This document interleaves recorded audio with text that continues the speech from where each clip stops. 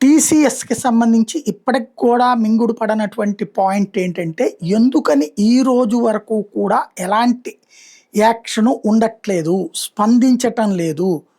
ఎందుకు అంటే టీసీఎస్‌లోకి సంబంధించి అంత ఇన్సిడెంట్ జరిగిన తర్వాత ఆ క్యాంపస్ క్లోజ్ చేశారు, బానే ఉంది. ఇప్పటికైనా సరే హెచ్ఆర్‌లు ఎవరు?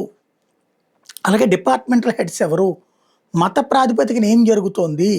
ఇంటర్నల్ కమిటీలు ఏమైనా ప్లాన్ చేసుకున్నారా? ఆడపిల్లల పట్ల వేధింపులు జరుగుతున్నాయా? లైంగికంగా ఎంజాయ్ చేయడం అన్నటువంటిది బాధ్యత మీది అని వాళ్ళని కన్విన్స్ చేసే ప్రయత్నాలు జరుగుతున్నాయా? అంటే అది లైంగిక దోపిడీ కిందకొస్తుంది. పల్లె ప్రాంతాల నుంచి లేదా అమాయకపు కుటుంబాల నుంచి బాగా చదువుకున్నారు, డబ్బులున్నాయి, బానే. కానీ ఇక్కడికొచ్చి వాళ్ళ శరీరాలను అర్పించుకోవడం అంటే కరెక్ట్ అవుతదా?